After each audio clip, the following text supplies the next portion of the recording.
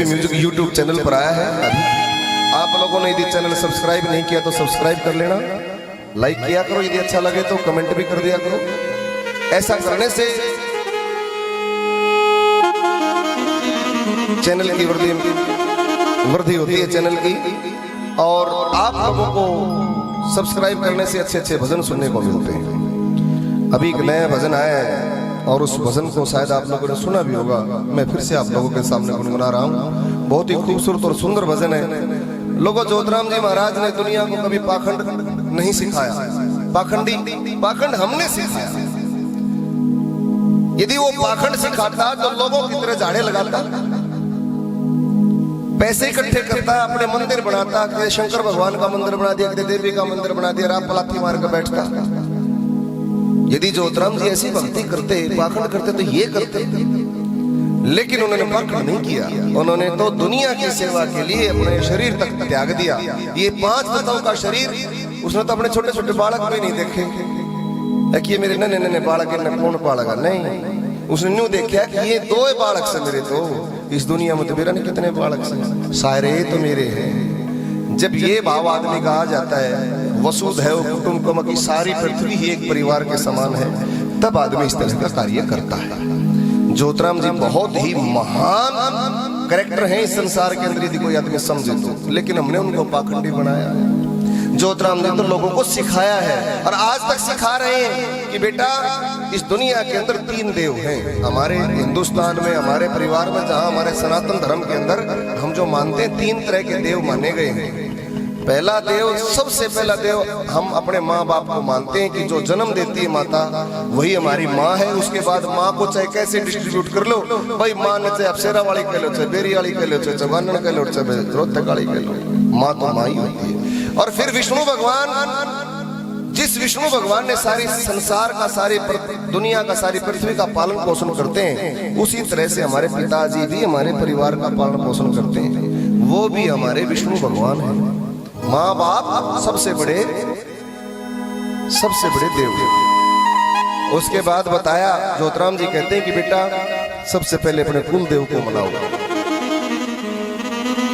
सबके कुलदेव होते हैं, मेरी कुलदेवी बेरी वाली है, आप लोगों के श्याम बाबा हो सकते हैं, आप लोगों के हनुमान जी हो सकते हैं, किसी का कोई हो सकता है। फिर होता है एक ग्राम देव, जैसे गांव का खेड़ा जिसने बोला करें, फिर गांव के खेड़े ने मनाओ। तीसरा देव होता है आपका पितृदेव, जो हर आदमी के घर में होता है। तीनों अलग अलग चीजें हैं।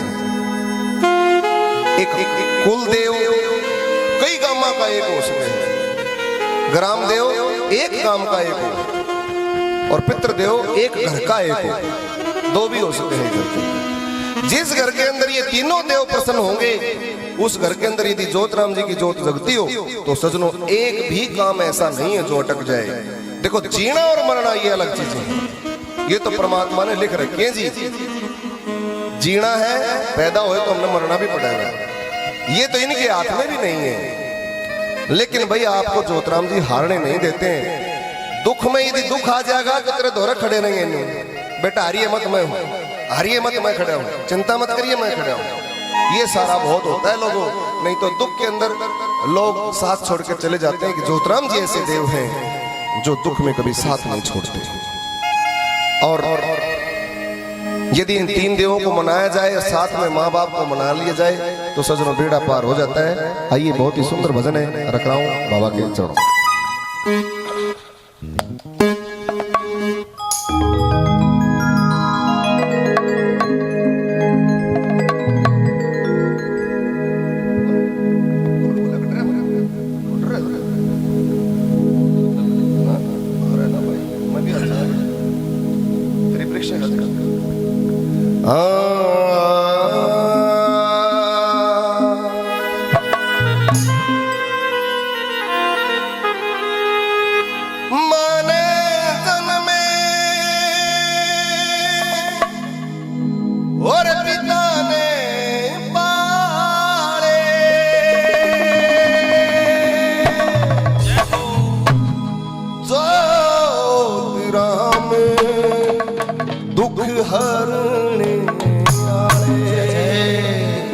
उठाओ दोनों हाथ, बाबा के दरबार में प्रेम से कह दो, ज्योतिराम जी महाराज की जय हो।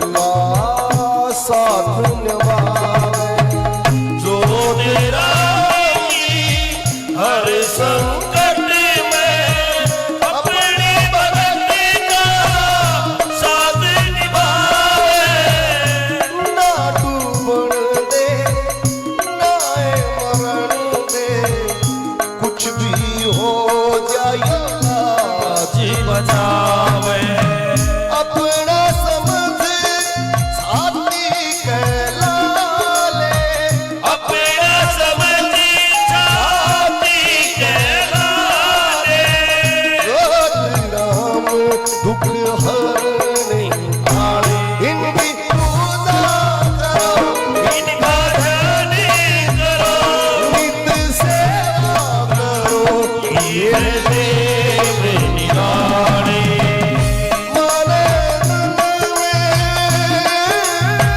निकाले पाए।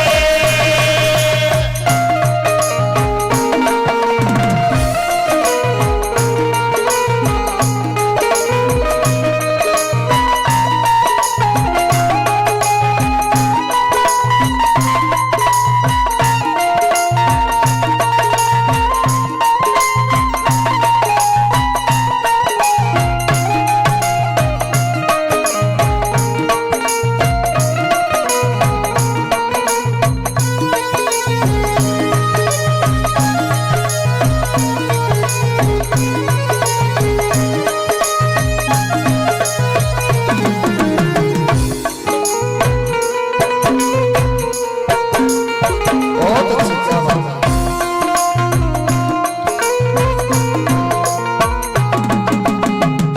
कपूर सोर की सतगुरु प्यारे,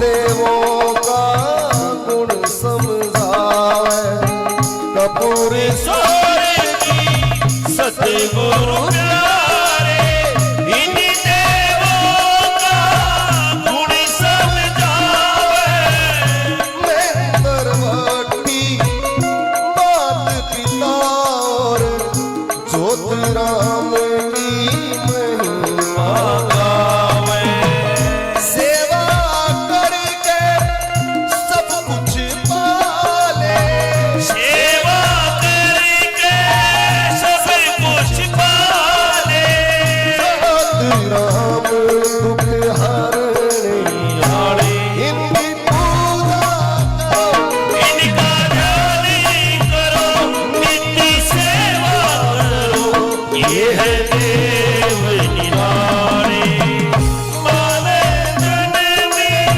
पिता ने पाले, माने जननी पिता ने पाले, माने जन्म में पिता ने पाले। बोलिए ज्योतिराम जी महाराज की जय हो। 9 महीने मां गर्भ में रखे, बोझ न ठाए ठाए फिरती, और जन्म हुए तो दर्द वाजिल, औलाद की खातिर के ना करती। माँ के दर्द में कौन बटाले, और ज्योतिराम दुख हरने वाले।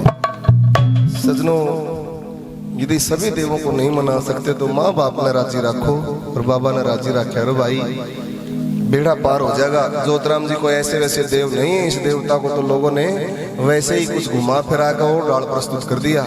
लेकिन ज्योतिराम जी को यदि सच्चे दिल से माने तो ज्योतिराम जी महाराज हमारे माँ बाप भाई बहन दादा परदादा मित्र बंधु सखा सब कुछ है। देवता को बोले बाबा ओ बाबा तेरा रंग कैसा, बोला भक्ता की भक्ति के ढंग जैसा। जो जैसी भक्ति करता है ज्योतिराम जी महाराज वैसा ही प्रत्युत्तर अपने बच्चे को देते हैं। यदि आप सेवक बन के भक्ति करोगे तो बाबा सेवक मान लेगा। तो कृष्ण भगवान के सखा थे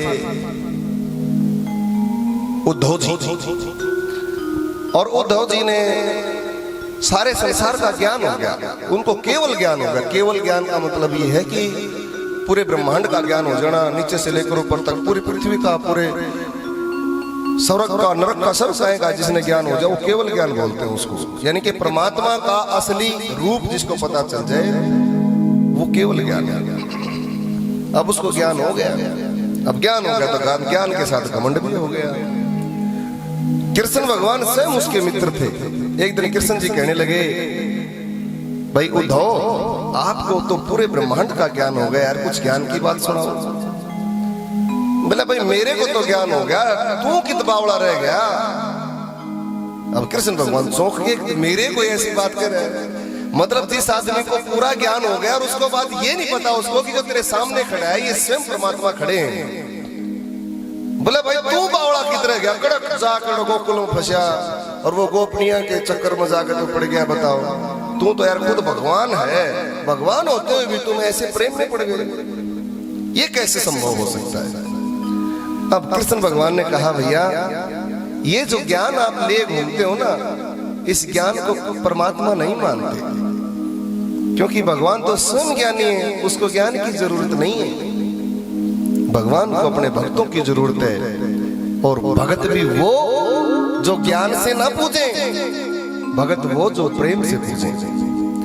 जो मेरे से प्रेम करते हैं मैं तो केवल उन्हीं का हूं, ज्ञानी लोगों का नहीं हूं। ज्ञानियों को तो घमंड होता है, जैसे आप हो। कहने लगे, मुझे तो कोई घमंड नहीं है, और मुझे तो इस चीज का तो बिल्कुल गर्व है कि भाई मुझे ज्ञान है।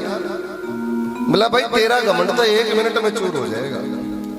बोला, हो ही नहीं सकता, मैं अभी गोकुल में जाऊंगा और जाके उन गोपनियों को सिखाऊंगा कि ये प्रेम प्रेम कुछ नहीं होता, ज्ञान सीखो। अब कृष्ण भगवान मुस्कुराए, कहने लगे, तो करके देख लो, अच्छी बात है। अब कृष्ण भगवान ने एक लेटर लिखा, एक पत्र लिखा, प्रेम पत्र जिसको बोलते हैं, गोपनियों के नाम, जिन गोपनियों के साथ वो अपना बचपन बिता के आए थे। कहने लगे, भाई उद्धव, ये प्रेम पत्र ले जा और जाके गोकुल में चले जाना, बरसाने में चले जाना, बरसाने में जाके एक बार ये गोपनियों को मेरा ये दे देना पत्र, और भाई आपको जो सिखाना सिखा देना। अब उद्धव जी बड़े सज धज के चले, माथे पर मुकुट है, रथ के ऊपर बैठे हैं, और भाई बड़े सुंदर लग रहे हैं, और बड़े गर्व के साथ बैठे, और जाके बरसाने में पहुंच गए। जैसे ही बरसाने में घुसे तो किसी ने बता दिया गोपनियों को, कृष्ण जी आ गए, कृष्ण जी आ गए। अब क्योंकि भाई कृष्ण जी बड़े सुंदर थे, उनके मित्र थे, तो ऐसा लगा भाई जैसे कृष्ण जी आ गए। कन्हैया आ गया, कन्हैया आ गया। सारे जितने भी गांव की सारी गोपनियां थी, सारी बाज पड़ी, किसी ने न्यू नहीं बेरा सुध बुध नहीं। अग भाई तू के करना रही, कोई चूनो सुन लाग रही है तो न्यू बिना हाथ धोए बाज ली, कोई नहान लाग रही तो बस में लत्ता कपड़ा घेर के बाज ली, कोई भाई अपने पशुओं का काम करने लाग रही तो गोबर के हाथ बाज ली, नंगे पैर बाज ली। न्यू हो गया भाई मारे कन्हैया आ गए। जाकर देखा तो भाई कन्हैया तो नहीं थे। कहने लगे कि आप कौन हो? कि मैं मथुरा से आया हूं। जैसे ही उन्होंने सुना कि मथुरा से आया तो रथ पर चढ़ गई सारी की सारी। कृष्ण को जानते हो? कृष्ण को जानते हो? कन्हैया को जानते हो? अब उसने बतावा, उसने बताओ, उसने बताओ, 100 थी कम से कम। उद्धव जी का मुकुट गिरा दिया, जल्दी बता, तावड़ा बता, तुम बोलता क्यों ना?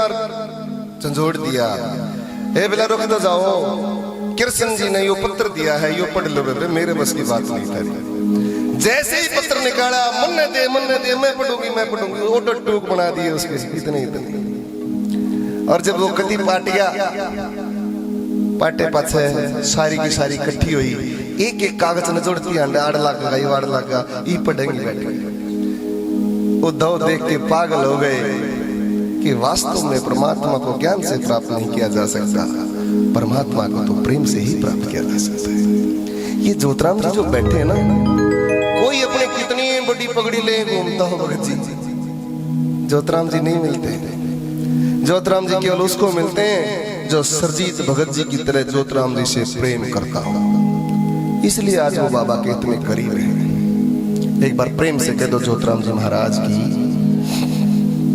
मीराबाई थी, मीराबाई भजन करने लग रही, मंदिर में बैठी और एक तारा बजावे, मेरे तो गिरधर गोपाल दूसरा ना कोई, मेरे तो गिरधर गोपाल दूसरा ना कोई, ना सुर ना लय ना ताल कुछ नहीं, बस मेरे तो गिरधर गोपाल दूसरा ना कोई।